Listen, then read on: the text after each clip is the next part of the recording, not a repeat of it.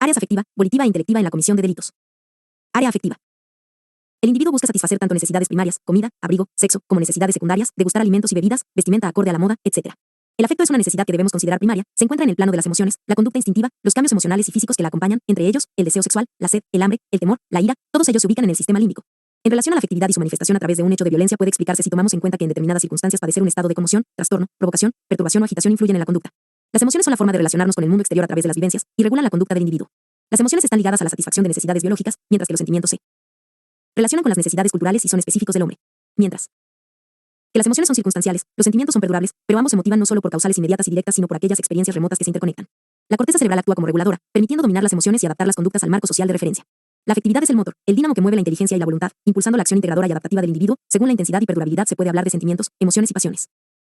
La afectividad es la sustancia de la que se nutre la personalidad. Cuanto más fortalecida esté la personalidad, menor será el peligro de incurrir en conductas criminógenas. La afectividad está presente desde los primeros momentos de vida del ser humano, a través de las distintas etapas de crecimiento. Los afectos acompañarán su maduración mental y también su responsabilidad social. Cuanto mayor sea el afecto recibido, más fortalecido estará para adaptarse al medio que lo rodea y lograr alcanzar sus objetivos. Todo el bagaje que arrastre desde su infancia se reflejará en la edad adulta. La falta de respuestas adecuadas a las necesidades emotivas del niño conlleva a situaciones de inseguridad emocional y desconfianza hacia el entorno. La reacción hacia un medio que le resulta hostil suele ser de manifiesta agresión, en ocasiones de corte paranoide, llegando a victimizarse. Dentro de la población carcelaria, la experiencia indica que un alto porcentaje ha sufrido una infancia con carencias afectivas significativas, abandonos, rechazos. 2. Descuidos, indolencia, agresiones y maltratos. Otra de las características comunes son la desintegración familiar, donde la figura paterna está ausente, resultando la imagen materna idealizada, llamativos tatuajes con la inscripción "madre", así lo consignan. La distorsión de los roles parentales es grave, y generalmente la progenitora oscila entre actitudes extremadamente severas a otras altamente permisivas, creando un estado de ambivalencia en la que el niño y luego el joven no encuentran dónde está el límite. Quien emerge de un hogar con estas características está desprovisto de la defensa que brinda el atravesar por las distintas etapas evolutivas con adecuadas figuras de identificación y en un marco de afecto compuesta de límites precisos. No es difícil entender por qué se estructuran personalidades inmaduras, antisociales, con imposibilidad de asumir responsabilidades por sus actos y finalmente generadoras de otros grupos familiares a los que no podrá transmitir pautas de autoridad ni de conducta, por carecer de ellas. Dentro de estas familias el niño no realiza un proceso de socialización adecuado, no internaliza normas solidarias para con los otros porque no lo han sido con él, ni de convivencia porque su inserción dentro del hogar no es una situación deseada, por lo que finalmente resulta expulsado, fugas, abandonos, internaciones institucionales, etc. Las carencias, las pérdidas, la promiscuidad generan desvalorización y agresividad, situación que se potencia ante un medio hostil al que sienten que los rechaza, siempre presenta la falta de amor. Se puede mendigar por dinero o por comida, a quien puede pedírsele afecto. Emoción violenta. La emoción violenta es una variedad adaptativa para enfrentar los cambios, que actúa con carácter apremiante, es la lucha entre la demanda instintiva y la represión consciente, sin que asegure un resultado adecuado. José Marianetti dice, bajo el dominio de la impulsividad se pierde el tino, la reflexión, la seguridad y el sentido de las proporciones. Esta correlación entre delito y afectividad se pone claramente en juego en el delito que la doctrina conoce como homicidio emocional, adicionando la calificación de violenta a ese tipo de emoción. La violencia se manifiesta cuando el estado psíquico hace que se pierda transitoriamente el dominio pleno de la capacidad reflexiva, disminuyendo la función de los frenos inhibitorios. La conmoción afectiva es de tal intensidad que inhibe las funciones intelectuales superiores y permite la preeminencia de la actividad automática. La emoción se estructura alrededor de una relación de equilibrio entre la experiencia y la manifestación afectiva, mientras que cuando hay violencia se produce un desajuste que potencia las manifestaciones emotivas. Estaríamos ante un trastorno mental transitorio incompleto emocional. En tanto que en la emoción inconsciencia existe una patología consistente en la desconexión de la función cognitiva cerebral, existe una alteración que excede el marco de la emoción violenta llegando a un trastorno mental transitorio completo, resultando causa de inimputabilidad, presentándose como ausencia. 3. Total y transitoria de la conciencia reflexiva, de origen emocional agudo, que implica una forma de alienación mental transitoria. Al decir de Peña Guzmán, la emoción violenta reviste un marcado interés forense, pues, en la emergencia delictiva, el ímpetu exacerbado de los afectos entra en agudo y dramático conflicto con la ley. Es la conmoción violenta del ánimo la que permite atenuar la sanción, tomando en cuenta la situación subjetiva del autor, perturbación profunda de la emoción. Y no bastan las circunstancias objetivas frente a las que se encuentra el sujeto activo, sino que debe tenerse en cuenta en el caso individual cómo afectó su esfera emocional, y si tuvo un efecto de tal gravedad que llegó a disminuir el poder de sus frenos inhibitorios afectando para ello la capacidad psíquica, se produce una disminución y no una falta o ausencia. En el homicidio en estado de emoción violenta, además del dolo, voluntad criminal de matar, la ley exige que el sujeto activo esté dominado por un estado emocional violento, siendo incompatible con el ensañamiento y la alevosía por el preordenamiento. Para que el crimen se produzca no basta con que la pasión exista, sino que debe operar sobre un individuo de impulso agresivo. La emoción actúa como detonante del impulso criminógeno, como lo puede ser un estupefaciente o el alcohol, desata las inhibiciones de quienes tienen potencial agresivo. La pasión actúa como realizador de las tendencias, remueve la idea criminógena subyacente, hasta hacerla surgir. Debe existir como base una personalidad anormal, lo cual no indica patología, sino un modo de ser. No debe comenzarse a estudiar el estado emocional, sino que debe partirse de la situación objetivamente planteada, y de ella desprenderse que existió un estado emocional calificado de violento. La emoción es un cambio brusco de la afectividad. El sentimiento es de menor intensidad que la emoción pero más duradero, y la pasión es un estado afectivo tan duradero como el sentimiento y profundo como la emoción. La emoción es la exageración de los sentimientos, y la pasión connota la violencia del estado afectivo en su forma crónica. En ambas persiste una eclosión violenta, a diferencia del sentimiento. Esto permite clarificar los motivos por los cuales existen delitos violentos, contra las personas, de daño, contra el honor, contra la honestidad, cuando se encuentran presentes la emoción, ira, pánico, etc., o la pasión, fanatismo, codicia, celos, etc., no así los sentimientos que por el contrario actúan como freno de conductas agresivas. La emoción es la vivencia afectiva que trae consigo una conmoción somática. Llega a transformar la personalidad de un individuo con pérdida de la capacidad reflexiva mientras dure el estado. La secuencia gira en base a 3 ítems. El estímulo, el estado emocional y 4. La reacción emocional. La causa que privilegia la figura delictiva debe originarse en forma externa y extraña al autor y no provenir de la falta de dominio natural de sus impulsos.